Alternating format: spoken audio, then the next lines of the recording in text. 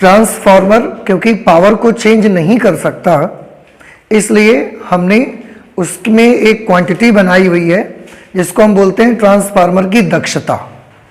तो थोड़ा सा ट्रांसफार्मर की दक्षता के बारे में एक देख लेते हैं। Efficiency of transformer. ट्रांसफार्मर की दक्षता का मतलब ये है कि हम उसको जो पावर देते हैं उस पावर में से कितना हिस्सा वो हमको वापस करता है। यानी कि अगर पर सेकंड हम उसको जितनी एनर्जी दे रहे हैं वो पर सेकंड हमको उसकी कितनी एनर्जी हमको वापस कर सकता है। तो आपने जैसा कि देखा कि जितनी पावर आप सप्लाई करते हैं पूरी 100% पावर आपको नहीं मिलती। आइडियल ट्रांसफार्मर में मिल सकती है, लेकिन ट्रांसफार्मर सारे आइडियल हों ऐसा नहीं होता। आइडियल ट्रांसफार्मर तो हम सोचते हैं कि ऐसा होगा तो हमको 100% पावर वापस मिलेगी, लेकिन ट्रांसफार्मर आइडियल ऐसा नहीं होता है। इसलिए पावर हमेशा आउटपुट में हमको कम मिलती है, इनपुट में हमको देनी ज़्यादा पड़ती है। तो इसके लिए भी हमने एक राशि बनाई हुई है जिसका नाम इफिशियंसी ऑफ ट्रांसफार्मर, जिसे हम हिंदी में ट्रांसफार्मर की दक्षता कहते हैं।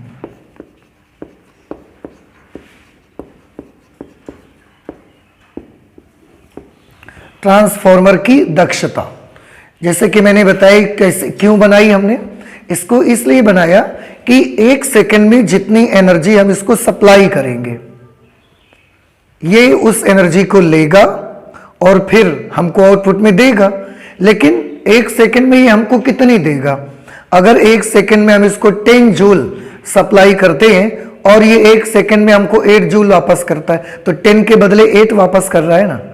तो इसका हम एक परसेंटेज बनाते हैं और उसे हम ट्रांसफार्मर की दक्षता बोलते हैं।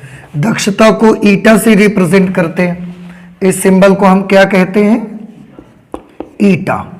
और उसके लिए हमने एक फॉर्मूला बनाया है, निर्गत शक्ति आउटपुट पावर अपॉन निवेशी शक्ति। और अगर आप इसे परसेंटेज में रिप्रेजेंट करना चाहते हैं तो 100 से मल्टीप्लाई कर सकते हैं फिर हम उसको। अब ईटा इज इक्वल टू, आपने आउटपुट पावर और इनपुट पावर के फॉर्मूले पढ़े हुए। आउटपुट पावर को हम पावर आउटपुट से रिप्रेजेंट कर सकते हैं और इनपुट पावर को पावर इनपुट इनटू 100।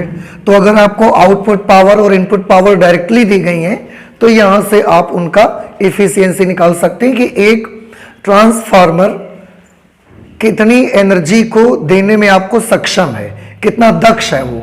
अगर आपने 100 एनर्जी दी है और वो आपको 90 एनर्जी वापस कर रहा है, इसका मतलब है वो 90% दक्ष है इस काम में। अगर एक दूसरा ट्रांसफार्मर है, उसको आपने 100 एनर्जी दी और वो आपको 95 एनर्जी देता है पर सेकंड, इसका मतलब है उसकी दक्षता कितनी हो गई? 95%। तो दोनों में से कौन सा ट्रांसफार्मर ज्यादा इफिशियंट माना जाएगा, ज्यादा दक्ष माना जाएगा? पहले वाला जो 100 लेता था 90 वापस करता था, या जो बाद वाला 100 लेता है 95 वापस करता है? किसको ज्यादा एफिशिएंट मानेंगे आप? बाद वाले को, जो 100 जूल पर सेकेंड एनर्जी लेता है और 95 जूल पर सेकेंड एनर्जी हमको वापस करता है। 100 तो वापस नहीं कर सकता, 100 सिर्फ आइडियली कर सकता है। पावर आउटपुट का भी हमने फॉर्मूला बनाया और जब 100 से मल्टीप्लाई कर देंगे तो जो भी आपका आंसर आएगा वो परसेंटेज में आएगा। पावर आउटपुट का हमने फॉर्मूला बनाया ES into IS। Power input का फॉर्मूला था EP इंटू IP इंटू 100। तो अगर वोल्टेजेस वगैरह दिए गए हैं तो आप यहां से निकाल सकते, P is equal to V into I formula होता है ना, इस तरह से। तो ये भी फॉर्मूला आपकी दक्षता का रहेगा। तो एक ट्रांसफार्मर कब ज्यादा दक्ष होगा? आंसर है अगर हम उसको 100 जूल पर सेकेंड पावर सप्लाई करते हैं और वो हमको निकालता है जितनी ज़्यादा से ज़्यादा एनर्जी पर सेकेंड वो निकालेगा, वो ट्रांसफार्मर उतना ही ज़्यादा एफिशिएंट माना जाएगा, उतना ही ज़्यादा दक्ष माना जाएगा। ठीक है, तो ये एक छोटा सा आर्टिकल है जिससे कभी कभी इस पर बेस्ड न्यूमेरिकल आता है कि ट्रांसफार्मर में आपको आउटपुट पावर दे देंगे, इनपुट पावर दे देंगे और पूछेंगे ट्रांसफार्मर कितना एफिशिएंट है, कितना दक्ष है। आप इससे निकाल सकते हैं और ये हमको ये भी बताता है कि वो ट्रांसफार्मर कितना अच्छा है। अगर एक ट्रांसफार्मर 100 में से 90 आउटपुट देता है, दूसरा 100 में से 95 आउटपुट देता है, देन यू विल अंडरस्टैंड कि जो बाद वाला ट्रांसफार्मर है वो ज़्यादा अच्छा है, हमारी एनर्जी ज़्यादा लॉस नहीं होनी चाहिए।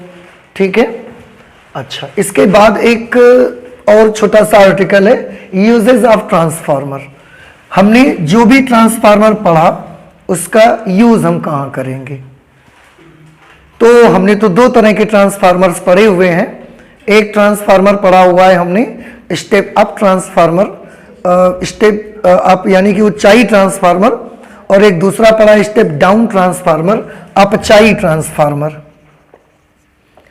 तो सबसे पहले मैं बात करता हूं कि जो ऊंचाई ट्रांसफार्मर होगा इसका यूज आप कहां करेंगे, जिसे हम स्टेप अप ट्रांसफार्मर भी कहते हैं।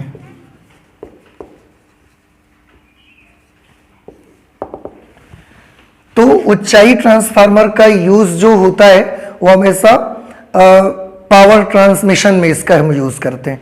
पावर ट्रांसमिशन मतलब जैसे पावर हाउस में या जहां पर भी पावर सोर्स है, जहां से पावर हम बना रहे हैं, वहां से पावर को जब एक जगह से दूसरी जगह तक भेजना होता है तो वहां पर हम इसका यूज करते हैं। तो इसका यूज इलेक्ट्रिक पावर को एक स्थान से दूसरे स्थान तक संचारित करने के लिए किया जाता है।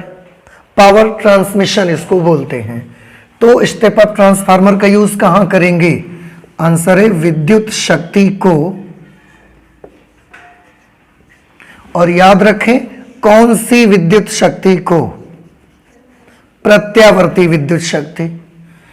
अभी हम बात करेंगे कि यहां पर हम कभी भी दिष्ट धारा विद्युत शक्ति नहीं कर सकते, डायरेक्ट करंट के सर्किट्स में हम इसको यूज नहीं कर सकते ट्रांसफार्मर को। अभी हम उस पर आएंगे। तो प्रत्यावर्ती विद्युत शक्ति के संचरण में हमारा जो एसी पावर होगा, एसी इलेक्ट्रिकल पावर होगा, उसके ट्रांसमिशन में हम इसको प्रयोग करते हैं। और तो इसका कोई ज़्यादा यूज़ नहीं है। हाँ, कहाँ यूज़ करेंगे? तो ये हम प्रेषित्र वाली जगह पर यूज़ करते हैं जहाँ से पावर हमको भेजनी रहती है। ट्रांसमीटर पॉइंट पर इसका उपयोग करते हैं। यह प्रेषित्र वाले स्थान, प्रेषित्र वाले स्थान मतलब ट्रांसमीटर पॉइंट, जहां पर ट्रांसमीटर लगा होगा वहां से हम भेजेंगे इसको, वहां पर हम इसका उपयोग करेंगे। प्रेषित्र वाले स्थान पर उपयोग करते हैं।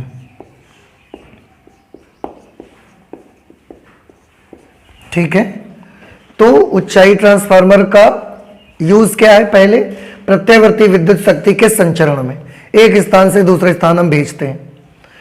कहाँ यूज करते हैं? तो यह प्रेषित्र वाले स्थान यानी कि ट्रांसमीटर पॉइंट, जहां से हम पावर भेज रहे होते हैं, पावर हाउस में, या जहां पर ये इलेक्ट्रिकल पावर को हम जनरेट करते हैं, वहां से जब दूर हमको भेजना रहता है तो हम वहां पर इसका उपयोग करते हैं। अभी हम इसको भी बताएंगे क्यों। इसके बाद दूसरा नंबर अगर हम देखेंगे, अपचाई ट्रांसफार्मर।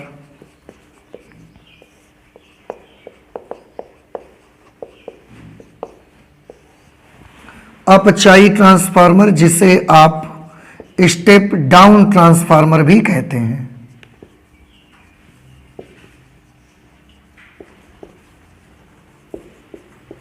स्टेप डाउन ट्रांसफार्मर, इसका उपयोग कहां करते हैं? तो पावर ट्रांसमिशन में इसका भी उपयोग हम करते हैं,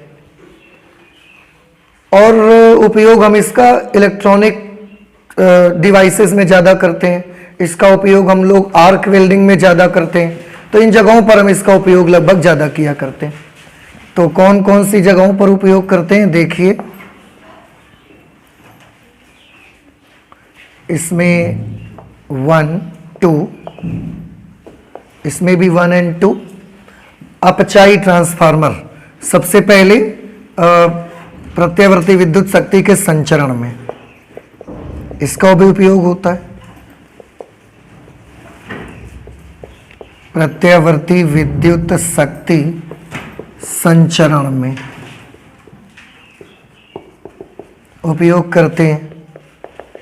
नंबर 2, आर्क वेल्डिंग में भी इसका उपयोग किया जाता है। वेल्डिंग जहां पर होती है वहां पर आर्क वेल्डिंग में इसका यूज हम इलेक्ट्रॉनिक डिवाइसेस में भी करते हैं।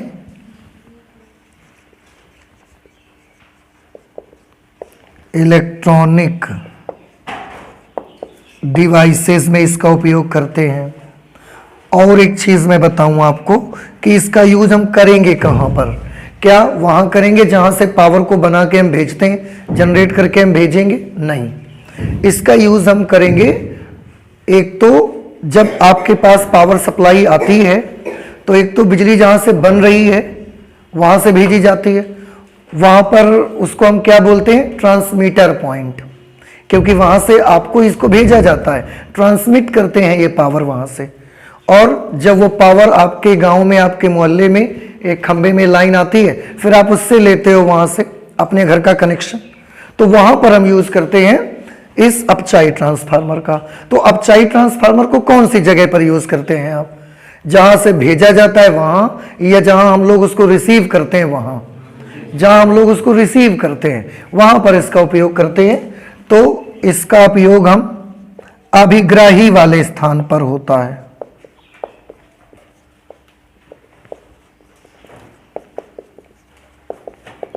अभिग्राही वाले स्थान पर, ठीक है।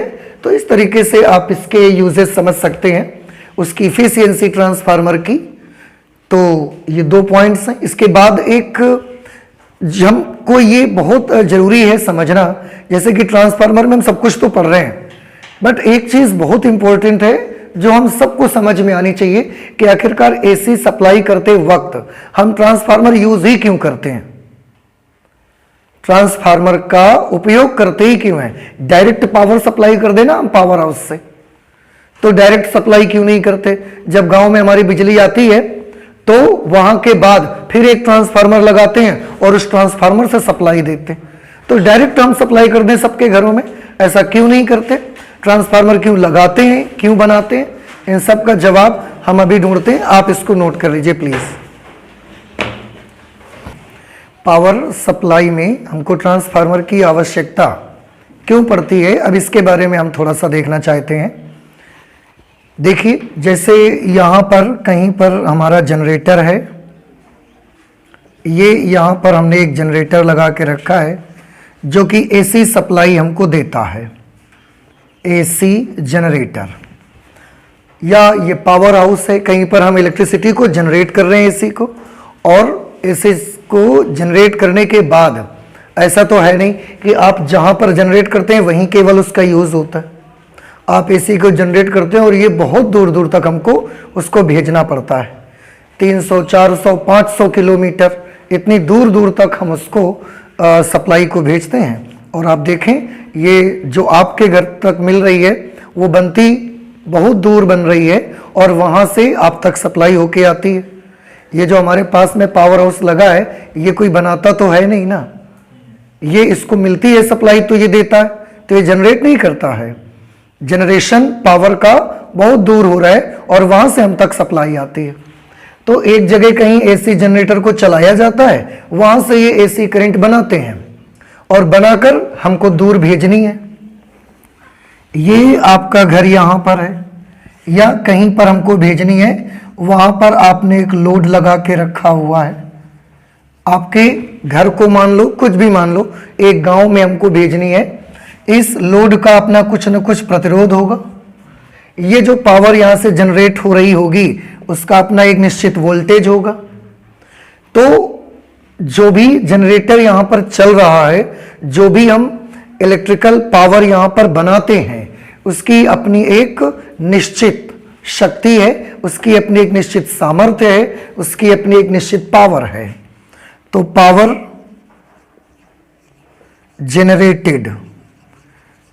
जेनरेटेड मतलब जो पावर यहां से बन रही है, कितनी पावर बन रही है। हमने माना कि इसमें आई करंट फ्लो होती है।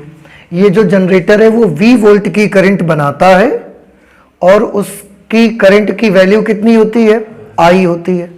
एक तरफ से जाएगी और दूसरी तरफ से ये आई करंट ऐसा वापस आ जाएगी। तो अगर V वोल्ट की आई करंट को बनाता है ये जनरेटर, तो कितनी पावर जनरेट हो रही है यहां पर, जो पावर है कितनी पावर बनाई जाती है। तो पावर का फॉर्मूला आप सब जानते हैं, V इंटू आई। इतनी पावर हाउस में जनरेट हो रही है लगातार, तो ये पावर जनरेट होती है। अब जब तारों में से ये करंट फ्लो होकर आपके घर तक आती है, ऐसे तार लगे खंभों में, तो जो तारों में से करंट फ्लो होकर आपके घर तक आती है, तो करंट की वजह से उन वायर्स में ऊष्मा के कुछ नुकसान होते हैं, ऊष्मा की वजह से कुछ ह्रास हो जाते हैं। तो ऊष्मा के क्षय क्या हैं? ऊष्मा क्षय के बारे में आप जानते हैं, ऊष्मा क्षय मीन्स हीट के लॉसेस। तो जब ये करंट ऐसे मोटे मोटे तारों में बह करके और हमारे घर तक आती है, तो उससे कुछ करंट का जो कुछ एनर्जी का जो लॉस होता है, हानि होती है, वो हीट लॉस का फॉर्मूला आप जानते हैं, ये होता है I स्क्वायर इंटू R पर सेकेंड। एक सेकेंड में इतनी एनर्जी का, इतनी पावर का नुकसान होता है। पर सेकेंड बन कितनी रही है, V इंटू आई, लेकिन पर सेकेंड करंट के तार में बहने की वजह से इतने I स्क्वायर इंटू R का नुकसान हो जाता है, इतना ह्रास हो जाता है, जिसकी वजह से अगर हमने यहां पर पावर को जनरेट किया 1000 जूल पर सेकेंड, एक सेकेंड में अगर हमने 1000 जूल यहां पर पावर बनाई, तो करंट ऐसा बन के आपके घर तक आएगी। करंट की वजह से आप देखें, करंट की वजह से ऊष्मा उत्पन्न होगी और वो ऊष्मा तारों में जब हीट उत्पन्न होगी, तार गर्म होंगे, तो वो हीट का आप यूज नहीं कर पाएंगे। जो रास्ते में तार लगे हैं, वो जब तार गर्म होते हैं तो आप उनकी हीट का यूज कर लेते हैं क्या? आप उनकी हीट का यूज नहीं कर पाएंगे। तो वो हीट क्या हो जाएगी, ऐसे वो हीट ऐसा एटमॉस्फेयर में रेडिएट हो जाएगी, विकिरित हो जाएगी और हम उसका यूज नहीं कर सकते। तो ये जो हीट के रूप में एनर्जी विकिरित होकर चली गई, हमारे लिए तो वेस्ट हो गई ना, हम इसका उपयोग नहीं कर पाए। तो ये हीट ऐसा एटमॉस्फेयर में रेडिएट आउट हो जाती है। अब पावर हमने यहां पर बनाई टोटल कितनी, V इंटू आई, लेकिन तार में करंट फ्लो होती है, भाई पावर को एक जगह से दूसरी जगह तक भेजना है तो करंट की फॉर्म में जाएगी ना पावर। ऐसे बिना करंट के आप ये सोचो कि तो फिर करंट ना भेजो, पावर भेज दो, पॉसिबल नहीं है। करंट पावर को, शक्ति को एक जगह से दूसरी जगह तक भेजने के लिए करंट के रूप में ही हमको उसको भेजना है, तो करंट हमको फ्लो कराना ही पड़ेगा। आप कल्पना नहीं कर सकते कि पावर भेज दो, करंट मत भेजो, पॉसिबल ही नहीं, हो ही नहीं सकता। पावर का फॉर्मूला V इंटू आई देख तो रहे हैं। अगर हम करंट जीरो कर देंगे तो कितनी पावर यहां से वहां जाएगी, जीरो। तो बिना करंट की पावर को हम इमेजिन ही नहीं कर सकते। तो अगर पावर एक जगह से दूसरी जगह आपको भेजनी है तो current is the must way, current से ही आपको भेजना पड़ेगा, करंट को फ्लो करवाना पड़ेगा, फिर पावर एक जगह से दूसरी जगह चली जाएगी। अब हम जनरेटर से पर सेकेंड, एक सेकेंड में 1000 जूल एनर्जी बना रहे हैं लगातार। तो हम क्या चाहते हैं कि अगर एक सेकेंड में 1000 जूल एनर्जी बनाते हैं तो यहां पर कितनी आ जाए एनर्जी, कितनी आप चाहेंगे कि यहां पर कितनी आ जाए, ज्यादा से ज्यादा। तो हम तो चाहते हैं कि हर सेकेंड 1000 जूल यहां पर एनर्जी आ जाए, लेकिन हम देखते क्या है कि जो करंट फ्लो होती है वायर्स में, इसकी वजह से, ऊष्मा की वजह से कुछ नुकसान होते हैं, और नुकसान की वजह से 1 सेकंड में अगर हम 1000 जूल बना रहे हैं तो यहां 1 सेकंड में 700 पहुंच रही है। तो जो बाकी है उसका क्या हो गया, बाकी का नुकसान हो गया, बाकी का लॉस हो गया। अब अगर इतना लॉस होता रहेगा हर सेकंड, 1 सेकंड में 700 what, 1000 what, what means joule प्रति सेकंड, अगर इतनी एनर्जी का लॉस होता रहेगा तो ये लॉस तो छोटा तो लॉस नहीं है भाई, ये तो बहुत बड़ा लॉस है। इतना लॉस हम सहेंगे तो फिर हमारा खर्चा बहुत आएगा, और हमको जो उस खर्चे के बदले में जो मिलेगा वो हमको बहुत कम मिलेगा। तो ये तो टोटल नुकसान है हमारा। तो हम इसको चाहते हैं कि ज्यादा से ज्यादा पावर को हम यहां पर भेज सकें। अगर 1000 है तो हम 1000 को ही भेजना चाहते हैं यहां। अब उसके लिए क्या तरीका है, बड़ी प्रॉब्लम से देखिए। पावर भेजना है तो किसको फ्लो करना पड़ेगा, करंट को। करंट को फ्लो करते हैं तो हीट का लॉस होगा ही, आप रोक नहीं सकते। पावर भेजना भी चाहते हैं, हीट लॉस रोकना भी चाहते हैं, दोनों काम करना चाहते हैं, काम बन नहीं रहा हमारा। तो फिर कैसे करा जाए, उसके लिए हम एक तरीका यूज करते हैं, क्योंकि पावर हमको एक सुविधा देता है। क्या सुविधा देता है, पावर में हम एक काम कर सकते हैं। जैसे अभी लास्ट क्लास में ही आपने स्टडी किया कि ट्रांसफार्मर पावर को चेंज करे बगैर, पावर को चेंज किए बगैर वो वोल्टेज को कम कर लेता है या उसको क्या कर देता है, ज्यादा। तो ट्रांसफार्मर में एक इतनी अच्छाई है कि इसमें पावर नहीं चेंज करेगा, लेकिन वोल्टेज को ज्यादा भी कर सकता है और ये वोल्टेज को कम भी कर सकता है। उसके बदले में उसको कुछ कीमत चुकानी पड़ती है, बस इतना होता है। क्या कीमत चुकानी पड़ती है कि अगर कोई ट्रांसफार्मर वोल्टेज को बढ़ाता है तो उसको अपनी करंट क्या करनी पड़ती है, कम, और अगर कोई ट्रांसफार्मर वोल्टेज को कम करता है तो उसको अपनी करंट को बढ़ाना पड़ता है। अब हीट का लॉस किसकी वजह से है, हमारे पास एक ये सुविधा है कि वोल्टेज और करंट का मल्टीप्लिकेशन कैसा रहता है, वोल्टेज और करंट का मल्टीप्लिकेशन कांस्टेंट रहता है। इसका मतलब जो ट्रांसफार्मर वोल्टेज को बढ़ाएगा तो फिर वो अपनी करंट को क्या कर लेगा, कम कर लेगा, और वोल्टेज कम करेगा तो करंट को क्या कर देगा, बढ़ा देगा। हीट का लॉस किसकी वजह से हो रहा है, करंट की वजह से, क्योंकि आप सोचोगे रेसिस्टेंस की वजह से भी तो हो रहा है। तो आप अपने घर में जितना रेसिस्टेंस है आप कम कर सकते हो क्या। कॉपर के वायर अगर लगाए हैं आपने तो आप सिल्वर के तो नहीं लगाओगे ना, सिल्वर बहुत कॉस्टली पड़ेगा, पूरे घर में सिल्वर की वायरिंग तो नहीं कर सकते। तो अगर कॉपर की वायरिंग की हुई है आपने तो रेसिस्टेंस तो जो भी हमारे घर का है, जो भी हमारे गांव का है, उसको भाई हम बदल नहीं सकते, उसको हम चेंज नहीं कर सकते। रेसिस्टेंस चेंज करने के लिए या तो पूरे गांव के जितने गांव में बिजली जा रही है सब जगह कॉपर को रिप्लेस करो, किससे, सिल्वर से, पॉसिबल नहीं है, जो बहुत महंगा पड़ जाएगा ये तो वो तो पॉसिबल ही नहीं है, इम्पॉसिबल है बिल्कुल। तो रेसिस्टेंस को तो हम बदल नहीं सकते। तो दूसरा, ऊष्मा के रूप में जो नुकसान हो रहा है उसका दूसरा कारण कौन है, फिर उसका दूसरा कारण है करंट। दो रीजन है ना, एक प्रतिरोध और दूसरा वैद्युत धारा। अब प्रतिरोध तो हम नहीं बदल सकते, वैद्युत धारा में हम कुछ कर सकते हैं, चेंजेस कर सकते हैं।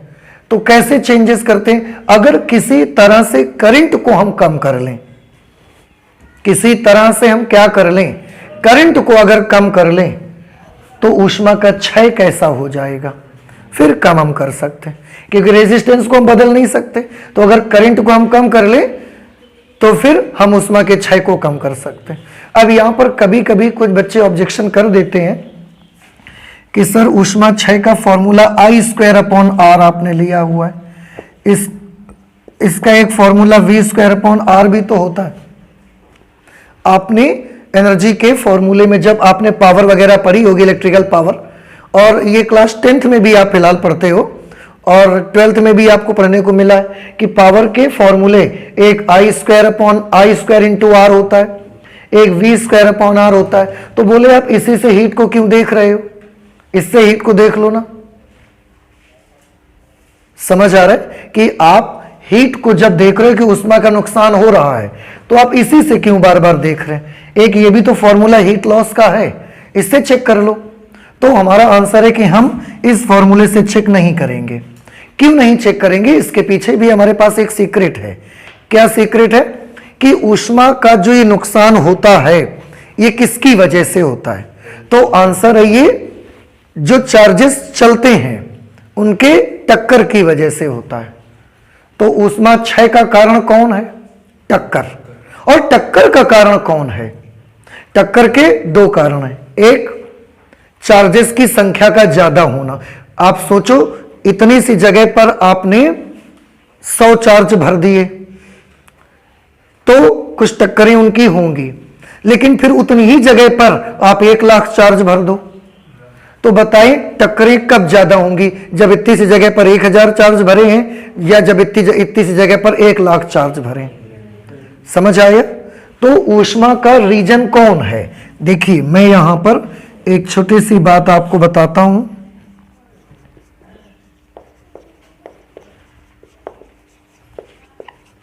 ऊष्मा क्षय का मुख्य कारण कौन है, आंसर है टक्कर। जो आवेश गति करते हैं उनके आवेशों की आपस की टक्कर। इस टक्कर के बदले हम थोड़ा सा और लिख देते हैं, आवेशों का परस्पर या आवेशों की परस्पर टक्कर, जिसे आप कोलिजन कहते हैं। तो ऊष्मा क्षय का मुख्य कारण है आवेशों की परस्पर टक्कर। अब टक्कर के कौन से दो मुख्य रीजन हो सकते हैं। टक्कर के दो मुख्य रीजन ये हो सकते हैं, पहला आवेशों की संख्या या जिसे हम बोलते हैं मुक्त इलेक्ट्रॉनों की संख्या।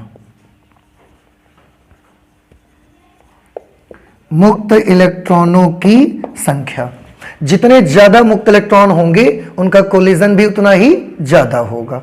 दूसरा अनुगमन वेग। अनुगमन वेग ये कैसे, जैसे इसको तो समझ में आता है हमको कि अगर एक कंडक्टर में हमने 1000 चार्ज भरे और दूसरे कंडक्टर में हमने 1 लाख चार्ज भर दिए, तो जिसमें 1 लाख है उसकी टक्कर ज्यादा होगी वहां पर। तो अनुगमन वेग से कैसे टक्कर रिलेट करता है, बड़ा आसान है। आप अगर 10 लोग एक रास्ते पर ऐसा जा रहे हैं, 10 लोग एक रोड पर ऐसा चल रहे हैं, अगर आप सभी लोग धीरे चलते हो तो फिर आपकी टक्कर की संभावना कम है।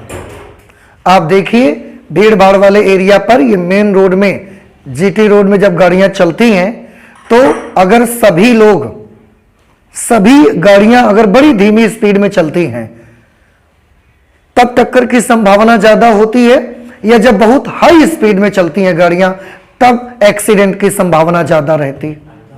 जब हाई स्पीड में चलते हैं तब टक्कर की संभावना ज्यादा। तो गाड़ियां उतनी ही चल रही हैं देखिए, लेकिन क्या चीज बढ़ने से संभावना टक्कर की ज्यादा हो जाती है, स्पीड बढ़ने से। तो टक्कर के दो मुख्य कारण हैं, मुक्त इलेक्ट्रॉनों की संख्या और दूसरा अनुगमन वेग। अब ये दोनों चीजें किसके फॉर्मूले में आते हैं, क्या ये दोनों चीजें I के फॉर्मूले में आते हैं या दोनों चीजें V के फॉर्मूले में आते हैं। तो I का आपने एक फॉर्मूला पढ़ा है NeAVD। I के फॉर्मूले में N भी आता है, मुक्त इलेक्ट्रॉनों की संख्या, और उनका अनुगमन वेग भी आता है। तो अब आप बताएं टक्करों की, अगर मुक्त इलेक्ट्रॉनों की संख्या बढ़ जाएगी, अनुगमन वेग बढ़ जाएगा, तो उससे करंट में प्रभाव पड़ेगा या वोल्टेज में प्रभाव पड़ेगा। उससे तो करंट में प्रभाव पड़ेगा। देखो आप N और VD के चेंज होने से करंट में इफेक्ट आएगा। तो आप ध्यान से देखिए, अगर मुक्त इलेक्ट्रॉनों की संख्या या अनुगमन वेग बदलेगा तो करंट बदल जाएगी, करंट इंक्रीज हो जाएगी। करंट इंक्रीज होने से हीट इंक्रीज हो जाएगी। तो हीट डायरेक्टली किससे रिलेट होती है, वोल्टेज से रिलेटेड नहीं है। हीट का लॉस हम हमेशा किससे देखा करेंगे, करंट से देखेंगे। समझ आ रही है। तो हीट के क्योंकि बच्चों ने दो फॉर्मूले पहले से पढ़ रखे हैं, एक I²R, एक V² अपॉन R। तो जब हम बताते हैं हीट का फॉर्मूला I²/R है, तो कुछ बच्चों के माइंड में वो फॉर्मूला भी पंच करता है कि आखिरकार हीट लॉस का यही वाला फॉर्मूला क्यों दिखाया जा रहा है, ये वाला फॉर्मूले से क्यों कुछ नहीं बताया जा रहा है। तो अब आप समझ गए हम क्यों इससे बता रहे हैं, क्योंकि हीट का मेन रीजन कौन है, आवेशों की टक्कर, और टक्कर के दो कारण कौन है, ये दोनों कारण है, और ये दोनों कारण किसको प्रभावित करते हैं, करंट को। वोल्टेज को तो इफेक्ट नहीं करते ना, इसलिए हम हीट का लॉस करंट से ही देखते हैं। क्या ये पोर्शन आपको समझ आ गया? ठीक, अब तो आपको समझ आया, ये वाला हिस्सा हम नहीं देखेंगे, हम इसी से हीट का लॉस देखेंगे। फिर से आते हैं वापस कि हमारे ट्रांसफार्मर को पावर चेंज करनी नहीं आती, पर वो वोल्टेज को कम और ज्यादा कर सकता है। आप हीट का लॉस कम करना चाहते हैं, कैसे कम कर सकते हैं आप बताएं? वोल्टेज कम करके आप हीट का लॉस कम कर सकते हैं, या करंट को कम करके हीट का लॉस कम कर सकते हैं? हाँ, फॉर्मूला इसको भी देखने में लग रहा है कि अगर वोल्टेज कम कर दे तो भी हीट का लॉस कम हो जाएगा, डायरेक्टली प्रोपोर्शनल। फॉर्मूला गलत थोड़ी है, ये यूज हम नहीं करेंगे हीट का लॉस देखने के लिए। कुछ बात समझ आ रही है आपको? तो वोल्टेज कम करेंगे तो हीट का लॉस कम होगा, या करंट कम करेंगे तो हीट का लॉस कम होगा? करंट कम करेंगे तो हीट का लॉस कम होगा, क्योंकि हीट का लॉस अब डायरेक्टली करंट से रिलेटेड है। अब करंट को हम कम करना चाहते हैं, करंट कम करके हम हीट का लॉस कम कर सकते हैं। तो थोड़ा सा ध्यान से देखिए, कितना पावर यहां से भेजना चाहते हैं हम? 1000 वॉट, 1000 जूल पर सेकेंड पावर हम भेजना चाहते हैं। अब थोड़ा ध्यान से देखिए, इसके पास हम इसके लिए 1000 जूल पर सेकेंड, 1000 वॉट की पावर सप्लाई हम करना चाहते हैं। अब आप इसके लिए देखिए, इसके लिए हमारे पास कितने मेथड हैं।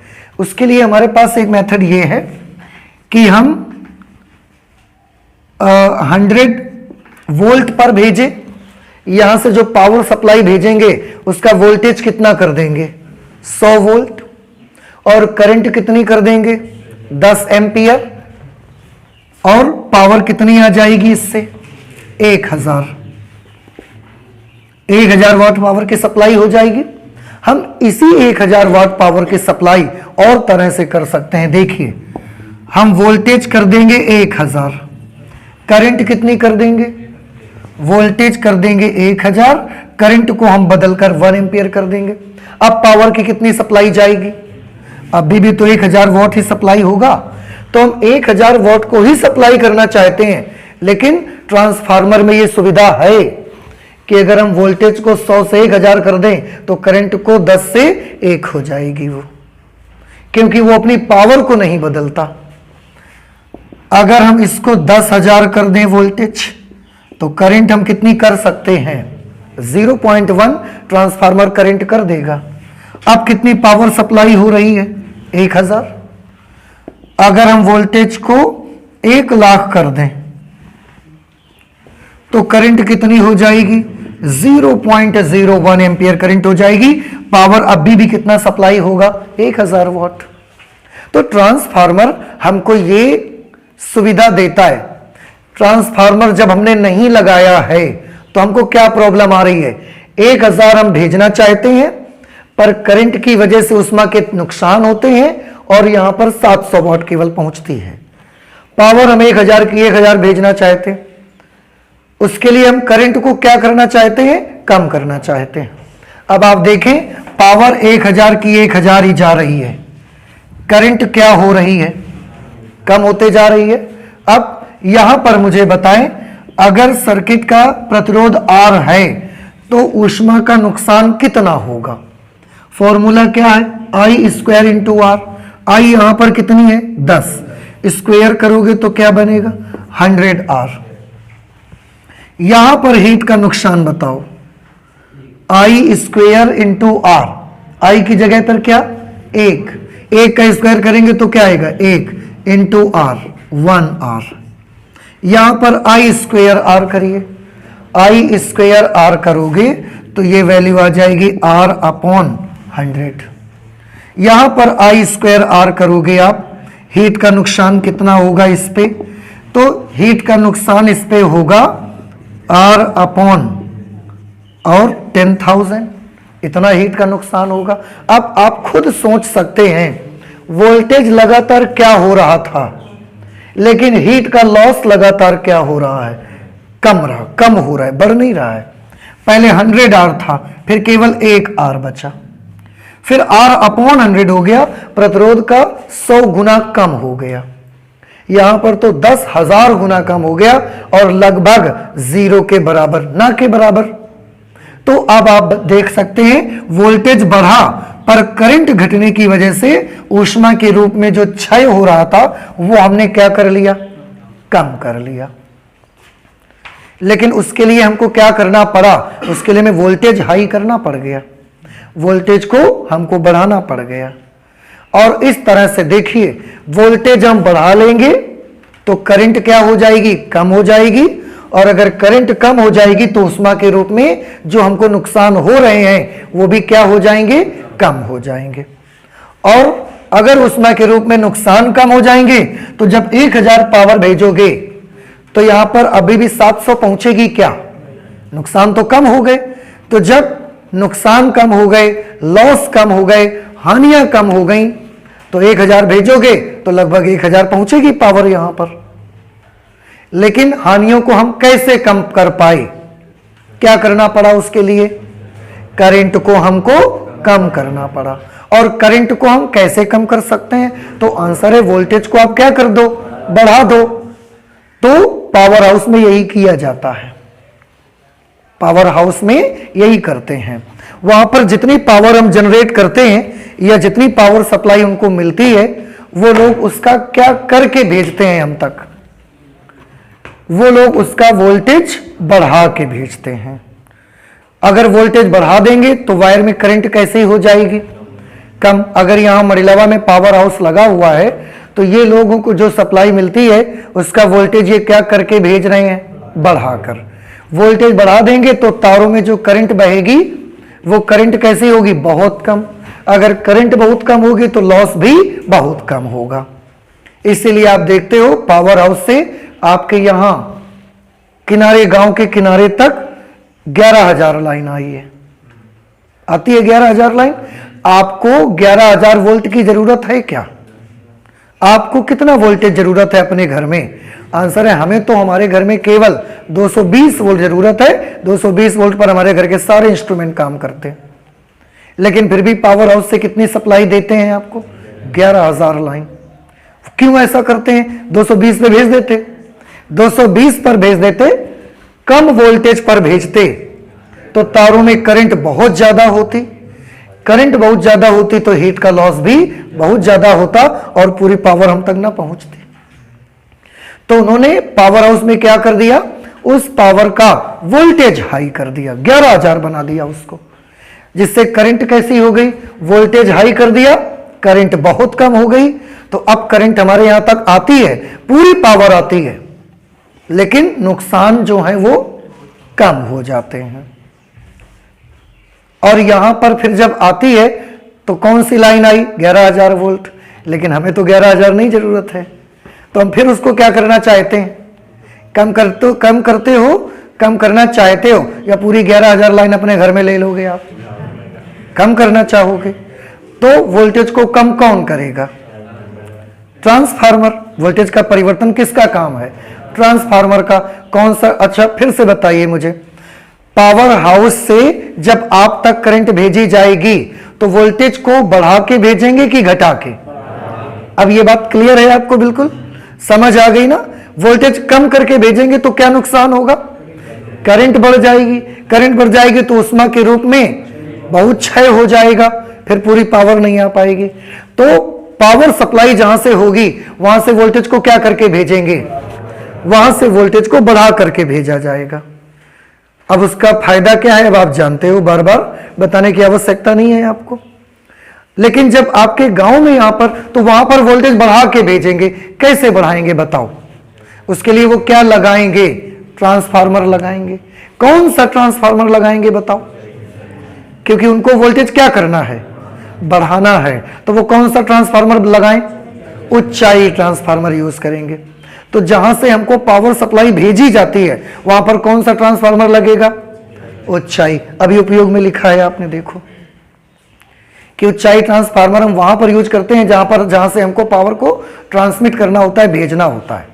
अब जब यहां पर 11,000 लाइन आपके गांव में आ गई, इसके बाद हमको 11,000 नहीं चाहिए, हमको तो 220 चाहिए, तो फिर से उस 11,000 वोल्ट को हमको बदलने की जरूरत है। अब वोल्टेज बदलना चाहते हैं तो फिर किसको लाओ? ट्रांसफार्मर को बुलाओ। कौन सा ट्रांसफार्मर बुलाओ जो वोल्टेज को कम कर दे? अपचाई को बुलाओ। अपचाई में हम इनपुट में 11,000 देंगे और उसका हम ट्रांसफॉर्मेशन रेशियो ऐसा रखेंगे, परिणमन अनुपात हम उसका ऐसा करेंगे, कुंडलियों में फेरों की संख्या ऐसी लगाएंगे कि वो 11,000 लाइन को कम करके क्या कर देगा? 220 में कन्वर्ट कर देगा, 220, 240, 250 में कन्वर्ट कर देगा और इसके बाद वो वाली सप्लाई आपके घर तक भेज दी जाएगी। तो जब आपके गांव में जो ट्रांसफार्मर लगे हैं, आपके घरों के अगल बगल जो ट्रांसफार्मर लगे हैं, वो कौन से ट्रांसफार्मर हैं? वोल्टेज को कम करते हैं या बढ़ाने वाले? कम करने वाले हैं। इसका मतलब उनका नाम क्या होगा? अपचाई ट्रांसफार्मर। समझ आया? तो ऊंचाई ट्रांसफार्मर का उपयोग कहां किया जाएगा? पावर हाउस में, जहां से पावर सप्लाई आपको की जाती है। और अपचाई ट्रांसफार्मर का उपयोग आप कहां पर करोगे?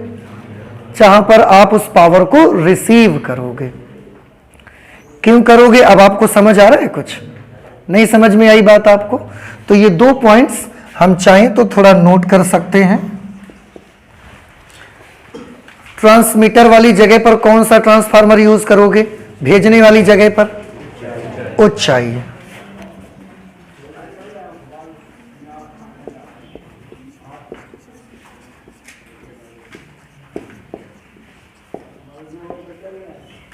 विद्युत शक्ति प्रेषण के लिए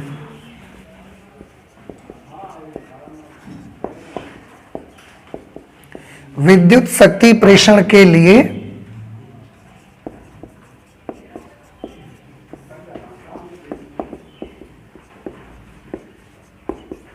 ऊंचाई ट्रांसफार्मर तथा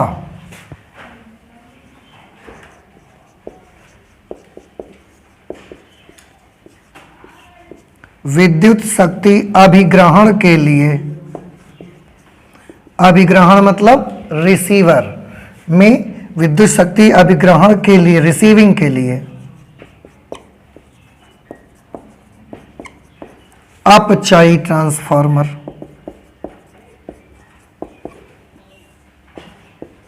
उपयोग में लाते हैं।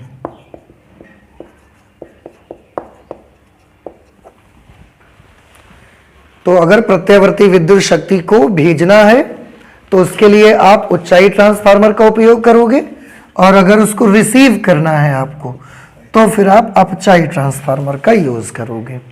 इसीलिए आप सभी के गांव में, मोहल्लों में ट्रांसफार्मर एक लगाते।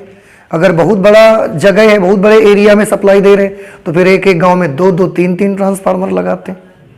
ठीक है।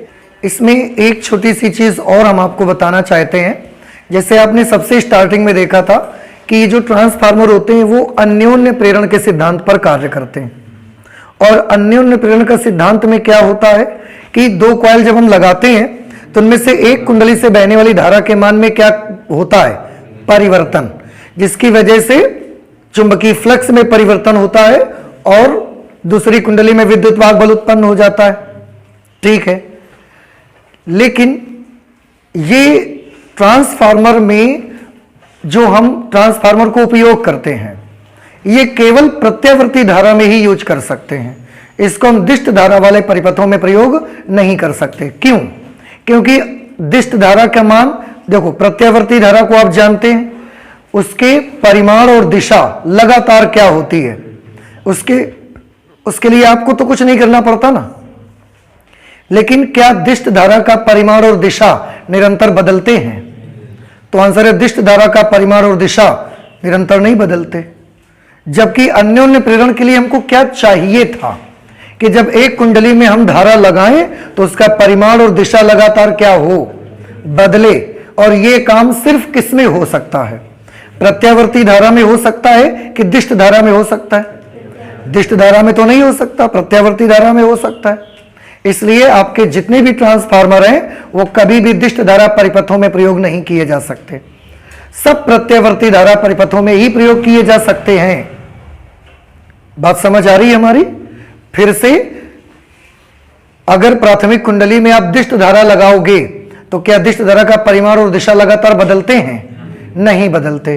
अब जब बदलेंगे नहीं तो चुंबकीय फ्लक्स में परिवर्तन नहीं आएगा, चुंबकीय फ्लक्स में परिवर्तन नहीं आएगा तो प्रेरित विद्युत वाहक बल उत्पन्न नहीं होगा। लेकिन प्रत्यावर्ती धारा लगाते ही, क्योंकि परिमाण और दिशा धारा के लगातार बदलते रहते, इसलिए फ्लक्स परिवर्तन होता है और द्वितीय कुंडली में विद्युत वाहक बल उत्पन्न होता है। तो कौन सी धारा इस काम के लिए सुइटेबल है? प्रत्यावर्ती धारा। तो आप हमेशा एक पॉइंट याद रखना है कि ट्रांसफार्मर सदैव प्रत्यावर्ती धारा परिपथों में प्रयोग किए जाते हैं, दिष्ट धारा परिपथों में नहीं। नोट कर लीजिए,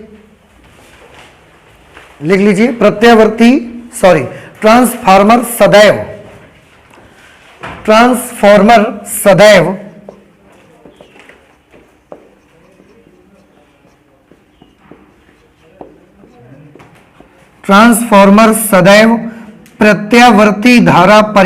प्रत्यावर्ती धारा परिपथों में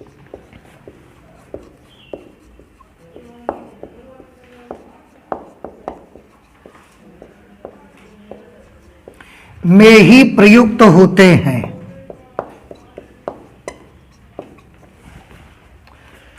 ट्रांसफार्मर सदैव प्रत्यावर्ती धारा परिपथों में ही प्रयुक्त होते हैं।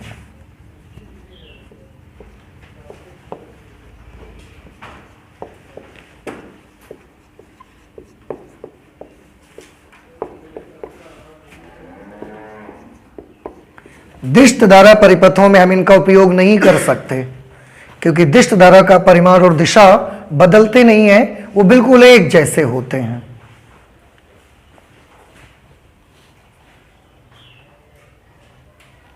नोट कर लिया आपने? ठीक। इसका मतलब तो ये हुआ कि प्रत्यावर्ती धारा परिपथों में हम ट्रांसफार्मर लगाएंगे और वोल्टेज को ज्यादा भी करेंगे, कम भी करेंगे।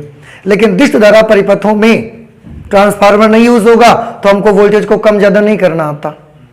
तो जो हमारे दिष्ट धारा करंट होती है, डीसी करंट, उसका वोल्टेज हमको इंक्रीज करना और डिक्रीज करना नहीं आता। लेकिन एसी के वोल्टेज को इंक्रीज और डिक्रीज करना हमको आता है, जरूरत के अकॉर्डिंग। जब जरूरत है हम बढ़ा सकते हैं, जब जरूरत है तो हम उसको कम कर सकते हैं। और यही रीजन है कि क्योंकि एसी के वोल्टेज को हमको कम भी करना आता है, ज्यादा भी करना आता है। यही रीजन है कि अपने देश में एसी बनाते हैं। आप देखो पूरे देश में अपने एसी को हम सप्लाई करते हैं एक जगह से दूसरी जगह तक, क्योंकि डीसी के वोल्टेज को कम और ज्यादा करना हमको नहीं आता। वो एक बार जितनी वोल्ट में चलेगी उतनी चलेगी, आप करंट कम नहीं कर सकते उसके। जब करंट नहीं कम कर पाओगे तो हीट का लॉस बना ही रहेगा और बहुत ज्यादा उष्मा का नुकसान होगा। इसलिए हम अपने देश में एसी बनाते हैं और एसी का यूज करते हैं। और प्रत्यावर्ती धारा जो काम कर सकती है वो दिष्ट धारा नहीं कर सकती। प्रत्यावर्ती जो काम कर सकती है धारा, वो दिष्ट धारा नहीं कर सकती। क्या कर सकती है प्रत्यावर्ती धारा? आपने इस लेसन में पढ़ा हुआ है। एलसी दोलन किसकी वजह से, एलसी दोलन किससे हो सकते हैं? एसी और एलसी दोलन से ही हम तरंगें ट्रांसमिट करते हैं, विद्युत चुंबकीय तरंग बनाते हैं, ये सब काम उससे करते हैं। एलसीआर श्रेणी परिपथ में भी किसका उपयोग हुआ? एसी का।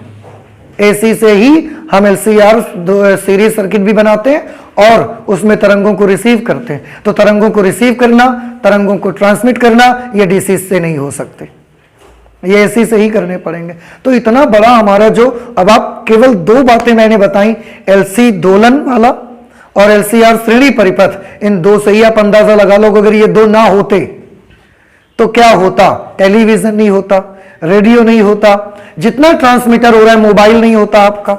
क्या आप उस वर्ल्ड की, उस दुनिया की, उस जीवन की कल्पना कर सकते हैं जिसमें यह सब ना हो? आप इमेजिन नहीं कर सकते। इसलिए जो काम एसी कर सकती है वो डीसी नहीं कर सकती। इसलिए, और उसका वोल्टेज भी हमको बदलना, ज्यादा बढ़ाना घटाना आता है, तो अपने कंट्री में एसी बनाते हैं और उसको सप्लाई करते हैं। So this is all about transformer and I hope कि अब आपको ट्रांसफार्मर पूरी तरह से समझ आ भी गया होगा। तो ट्रांसफार्मर में बस इतना ही रखेंगे। आगे हम जब नेक्स्ट क्लास में मिलेंगे तो नेक्स्ट लेसन होगा विद्युत चुंबकीय तरंगें, उनको स्टडी करेंगे। ठीक है, थैंक यू।